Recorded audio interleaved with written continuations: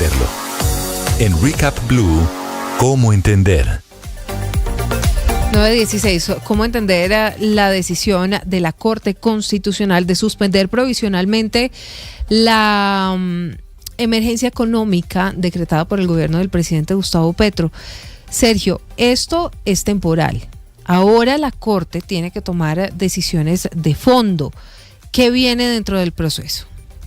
Tras la decisión de la Corte Constitucional de suspender provisionalmente los decretos de la emergencia económica, lo que sigue entonces es que la Sala Plena, que en este caso estará integrada por 8 magistrados, deberán reunirse para empezar a examinar con lupa este decreto. Varios abogados constitucionalistas apuntan a que el alto tribunal podría tomarse incluso hasta 3 meses para tomar una determinación de fondo, y lo que sucedió ayer en la Corte es histórico porque es la primera vez que el alto tribunal estrena la figura de la suspensión provisional en un estado de excepción, y que esto da luces a cuál va a ser el resultado o la decisión final sobre la emergencia económica. La diferencia consiste en que no generan efectos mientras se adelanta el procedimiento, que es un procedimiento expedito que debe durar alrededor de 3 meses, algo más, algo menos, y se tomarán decisiones definitivas, bien sea declarando la inconstitucionalidad o no de los decretos en cada uno de los procesos. A la Corte Constitucional deben seguir llegando conceptos e intervenciones que resultan clave para el examen de constitucionalidad, y uno de ellos es el del Procurador General Gregorio El Hach sobre si este decreto debe o no caerse allí en la Alta Corte. Bruce McMaster es presidente de la ANDI y está conectado a esta hora en Recap Blue. Gracias por estar con nosotros esta noche de viernes hablando sobre la decisión de la Corte Constitucional de suspender de manera temporal este decreto de emergencia económica, una decisión que desde su gremio y usted pues han celebrado, entre otras cosas porque dicen que no hay ningún hecho sobreviniente que pudiera amparar ese decreto de emergencia económica. Claro, era bastante evidente y fue bastante evidente para todo el mundo que esos hechos no existían.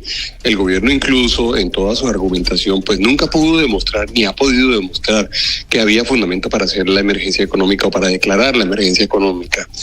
Todo el mundo sabe, en Colombia todo el mundo sabe que el hecho de que no se le apruebe una ley al gobierno en el Congreso no puede ser considerada una razón para una emergencia económica, porque si fuera así, pues uno terminaría siempre teniendo emergencias económicas y terminaría siempre aprobando cualquier cosa que cualquier gobierno presentara. De manera que yo creo que no solamente era algo que todos conocíamos, sino era algo que especialmente el gobierno conocía. El gobierno, sabiéndolo, digamos, realmente y todo, y hay que hacer un poquito de memoria, lo termina emitiendo el decreto de emergencia y luego el decreto de los impuestos, lo termina emitiendo justo después de que se termina la legislatura del año pasado, no ni siquiera cuando el Congreso de la República niega la ley de financiamiento, y justo antes de que antes de que las Cortes lleguen a la vacancia judicial. Hay incluso abogados que dicen que eso es una forma de abusar, digamos, del derecho. Dicho esto, todo el mundo sabía que eso iba a suceder. En el pasado también lo habían hecho otros gobiernos y mucha gente había considerado en el pasado que podía ser una forma de abusar contra el derecho, y es un poco como la idea de que mientras las cosas no hayan sido consideradas o no hayan sido declaradas inconstitucionales, pues están vigentes. En ese orden de ideas, incluso hasta la fecha de hoy, aparentemente se han recaudado más de $1 billón, es decir, los colombianos le han pagado al Estado más de $1 billón de impuestos, que nos están diciendo ahora que resulta que puede ser que sean inconstitucionales, y probablemente lo va a ratificar así la Corte Constitucional, lo que terminaría siendo por lo menos muy injusto. Luego está una discusión grande, muy muy grande, y es quién está pagando esos impuestos. Y todos los cálculos que se han hecho hasta ahora, incluyendo por ejemplo un cálculo que hizo Aurelio Suárez, que trabaja pues por la mañana justamente en Blue Radio, dice que 3 de cada 4 pesos, es decir, el 75% de los impuestos que han sido decretados, son impuestos pagados por los consumidores. No es verdad que sean impuestos pagados por las personas más ricas, no es verdad que sean impuestos pagados por las empresas más pudientes de este país, no, son impuestos de los consumidores. Es decir, la Corte Constitucional está en este momento diciendo: vamos a defender en este momento al consumidor, vamos a suspender el cobro de este impuesto hasta tanto tomemos una decisión de fondo. Cuando tomemos la decisión de fondo veremos si se ratifica o no se ratifica. Claro que tiene que tener indicios de que efectivamente va a ser declarado inconstitucional, seguramente sí, así será. Doctor McMaster, la primera reacción a la decisión de la Corte del Gobierno fue la del ministro Armando Benedetti, diciendo que la Corte Constitucional estaba tomando decisiones a favor de los ricos, pero en contra de los pobres. ¿Cómo ve usted estas declaraciones? Claro que no es así. Claro que no es así, porque fíjese usted que lo que estábamos diciendo, de esos, digamos, si fueran 16 billones de pesos, digamos, 12 billones de pesos son pagados por los consumidores, no gratuitamente. Los gobernadores levantaron las voces de alerta, los alcaldes levantaron las voces de alerta, inclusive el sistema financiero dijo: nosotros no vamos a poder dejar de transferirle ese costo a los créditos, nos va a tocar volver los créditos más costosos, de manera que no es cierto. Y es muy fácil, y el gobierno ha decidido, ante cada decisión que no le gusta, decir que es que ellos protegen a los pobres y el resto de las decisiones que se toman son para proteger a los ricos, lo cual no es cierto. Y entonces eso realmente lo que termina es generando un enfrentamiento que primero es injusto, primero no tiene fundamento, pero adicionalmente es un enfrentamiento que sin fundamento termina siendo un enfrentamiento malsano para la sociedad colombiana, porque la verdad, y a mí me sorprende muchísimo, por ejemplo, en las redes sociales. Yo dije esto más o menos en las redes sociales en el día de hoy, y entonces me dice: es que ustedes defienden a los ricos y no a los pobres. Pues no se están dando cuenta las personas amigas del gobierno que defienden al gobierno ciegamente, no se están dando cuenta que están verdaderamente atacando ¿a quién? Al consumidor y al ciudadano colombiano. ¿A favor de quién? A favor de la burocracia que el gobierno está creando, a favor del gasto que el gobierno está creando. Nos dio un dato ahora, por ejemplo, el colombiano,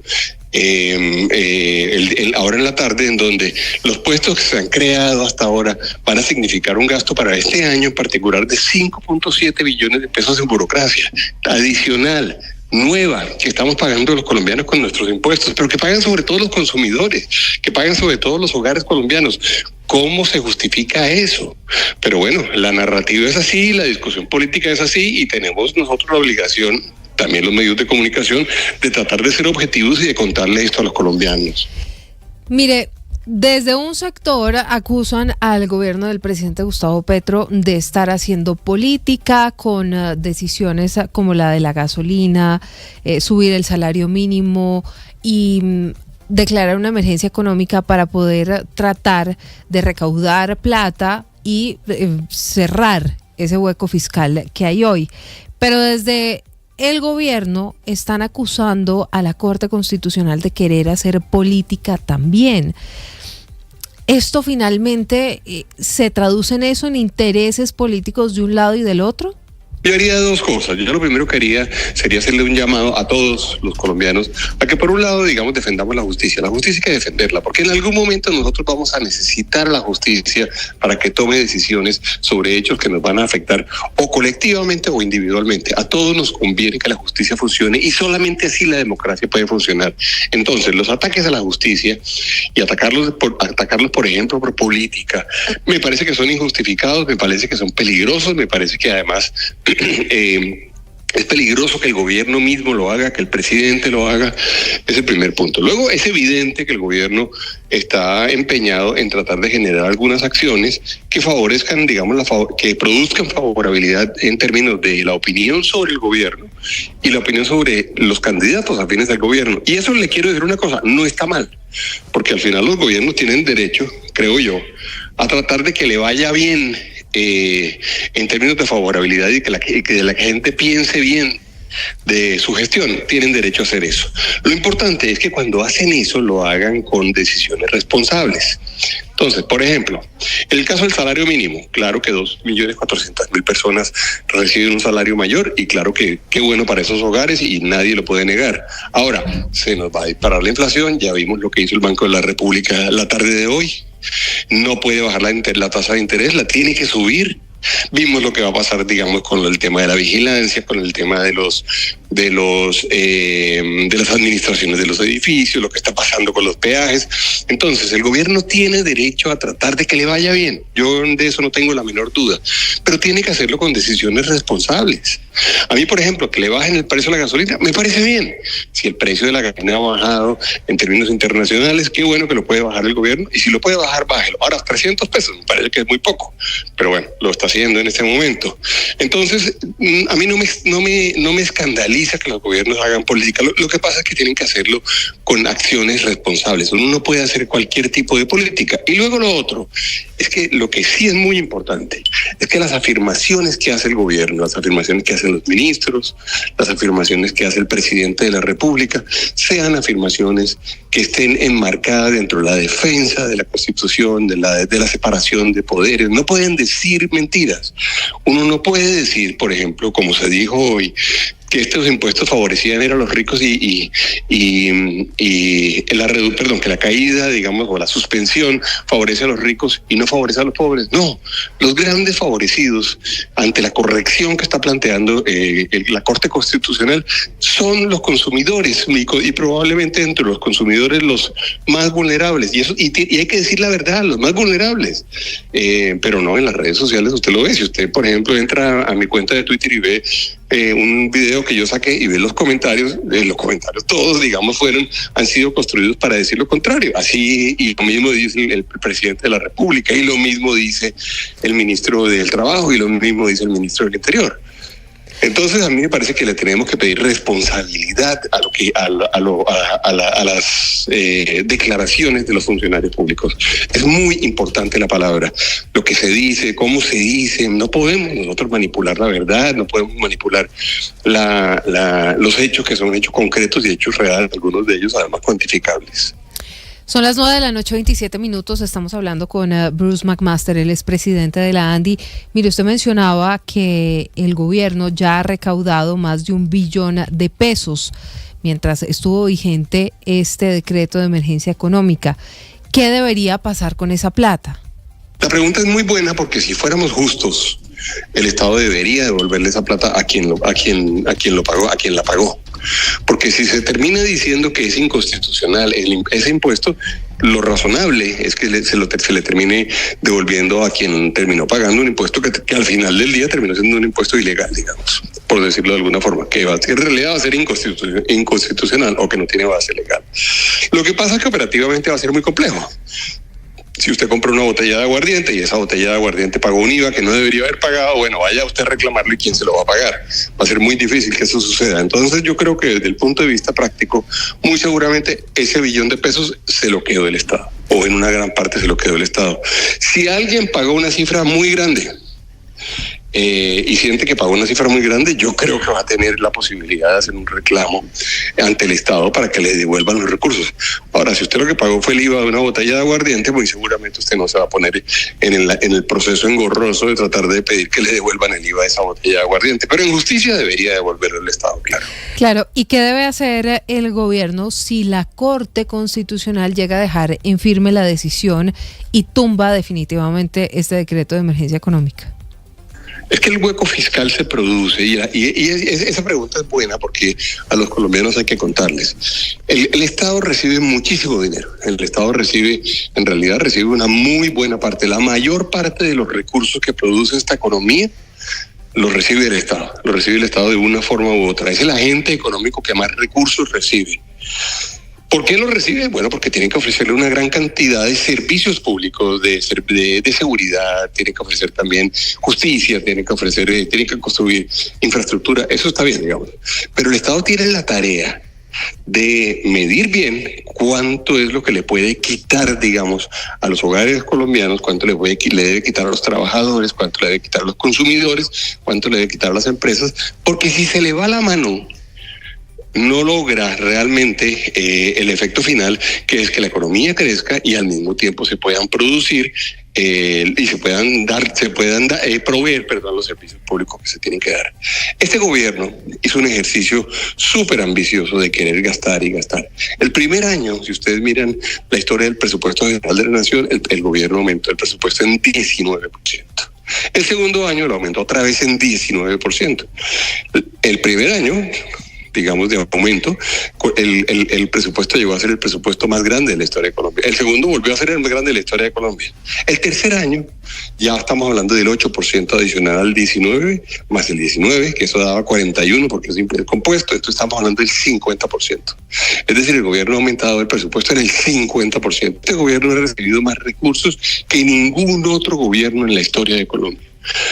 tiene la tarea de utilizarlos bien. Entonces, en este momento nos dice que la plata no le alcanza. En este momento nos dice que la plata no es suficiente y que tiene un hueco. La ley de presupuesto en Colombia dice que cuando hay un hueco de esta naturaleza, como el que presentó el gobierno, el del presupuesto sin financiación, lo que corresponde es que el gobierno tiene que apretarse el cinturón. Porque al final los recursos en la economía son limitados y o lo tienen los hogares y las personas o los tiene el gobierno. Y el gobierno aspira a que los hogares renuncien a los recursos. El gobierno aspira a que los ciudadanos le pasen la plata. Y hay un momento en que eso tiene un límite, y en este momento Colombia evidentemente está pisando el límite o superó el límite hace tiempos. Entonces, en este momento lo que corresponde es que el gobierno no cree toda esa cantidad de puestos que está creando, no cree la burocracia que está creando. Fíjense lo que pasó, por ejemplo, con la diplomacia. Creó una cantidad inmensa, por ejemplo, de embajadas, los viajes fueron innumerables, los eventos todos son grandes, todos son pagados por el Estado. Los gastos del Estado están más que disparados, y al gobierno le corresponde ser responsable y entender que los hogares colombianos no tienen cómo darle más plata para que lo siga gastando. Doctor McMaster, normalmente los gobiernos suelen tener una buena relación con la ANDI, con los industriales, con los empresarios, y usted en su momento pues intentó varios acercamientos con la Casa de Nariño, con el gobierno del presidente Petro, y con todo esto que ha venido pasando, ¿cómo están hoy esas relaciones suyas, las de la ANDI, con la Casa de Nariño? Ha sido muy difícil conversar con la Casa de Nariño, ha sido muy difícil porque si bien, digamos, teníamos y hemos tenido durante estos 3 años oportunidades de conversar, inclusive de propuestas, el presidente dice en público, por ejemplo, que él nos propuso unos acuerdos nacionales. No es verdad, los acuerdos nacionales se los propusimos nosotros a él. Él nunca me habló a mí de un acuerdo nacional. Yo le hablé a él de algunos acuerdos nacionales, no nos respondía de eso, pero digamos que hablábamos de otros temas. Entonces le proponíamos reformas a la salud que no nos respondía, le proponíamos reformas laborales que no nos respondía, le propusimos proyectos de infraestructura que tampoco nos respondió. Con él es muy difícil conversar. Bueno, no lo digo solamente yo, lo dicen sus ministros. Los ministros o las personas que han pasado por el gobierno lo han dicho. Con él nunca hablé, o con él nunca podía hablar, o con él nunca hablo. Algún ministro muy famoso, que no voy a decir el nombre, un día me dijo: oiga, usted que habla tanto con el presidente, avíseme la próxima vez que vaya a hablar con él, porque yo necesito hablar con él, y me lleva. Me dijo un ministro, él sabe el ministro sabe de quién estoy hablando. Entonces esa conversación se daba. Pero el presidente decidió, quizá por estrategia política, que a él le convenía atacarnos a nosotros. Decidió que le convenía hablar mal de nosotros, decidió que le convenía decir mentiras. Por ejemplo, él ha dicho muchas veces que nos ha propuesto acuerdos nacionales y que nosotros no los hemos tomado. Eso no es cierto. Eso no es cierto. Y él decidió eso, y la verdad, esa conversación es una conversación que yo creo que le produce daño al país. Entonces yo de verdad decidí, en esa discusión no voy a entrar con el presidente. Porque estar uno diciéndole al presidente que lo que dice no es cierto permanentemente, o que lo que dice es mentira, o que lo que dicen es falso, eso yo creo que a la institucionalidad le hace daño. Entonces yo decidí más bien dejar de conversar con él, esperar el día que él quiera conversar conmigo. Yo con todo gusto conversaré con él, creo que uno lo debe hacer. Hoy estuvimos reunidos, por ejemplo, con la canciller, hablando del tema de la Alianza del Pacífico, hablando del tema de Ecuador, por ejemplo, y de la discusión con Ecuador. Con el ministro de Defensa hablo con cierta frecuencia, con el ministro de Minas y Energía hablo con cierta frecuencia, con el ministro de Salud es muy complicado, debo decirlo. Pero con el resto de ministros, con la ministra de Comercio, tenemos una magnífica relación también. Entonces le debo decir que no es fácil, pero con muchos funcionarios y con áreas del gobierno nosotros tenemos una conversación pues muy fluida. Sí, doctor McMaster, me queda tal vez una última duda antes de despedirlo, y es cómo ve la decisión del Banco de la República de hoy de subir 100 puntos básicos, algo que pocos se esperaban tal vez 50, las tasas de interés en momentos como estos, después del aumento del salario mínimo de más de un 23%. El presidente puso en una situación muy compleja al Banco de la República, porque durante varios años lo ha estado presionando para que baje la tasa de interés. Inclusive nosotros lo acompañamos, inclusive ya hay para ahí unos trinos históricos en donde nosotros apoyamos al presidente. El presidente nada más nos cita y dice, estamos de acuerdo en este tema y tal, alrededor de la reducción en la tasa de interés, cuando la inflación se estaba reduciendo. Pero el presidente, con la decisión que tomó con el salario mínimo, realmente puso en una situación muy compleja al Banco de la República. Porque el Banco de la República sí tiene el mandato constitucional de defender la inflación o defender a la población contra la inflación, digamos, y tiene el mandato constitucional de reducirlo. Entonces, ante esa situación, realmente lo que tenemos nosotros es un Banco de la República que lo único que tienen que hacer en este momento es pelear con más fuerza ante hechos que claramente lo que están o presiones que lo que están produciendo son justamente eventuales aumentos en tasa de interés, aumentos en inflación. De manera que el Banco de la República no tenía otra solución.